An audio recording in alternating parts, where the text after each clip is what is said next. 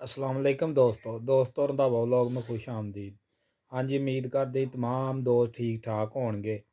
हाँ जी, अज तुहाडे वास्ते लैके आए हैं दबंग 85 हार्स पावर न्यू हॉलैंड दबंग मॉडल आ 2021। ये ट्रैक्टर फॉर सेल आ ते नंबर लगा इनू आल पंजाब दा कापी बनी है, स्मार्ट कार्ड मौके ते मिलेगा। तो ये गड्डी तुहानू मुकम्मल चैक करवा देने A to Z ते मालकां दा राबता नंबर जिहड़ा वो स्क्रीन दे एंड ते शो करवा दांगे।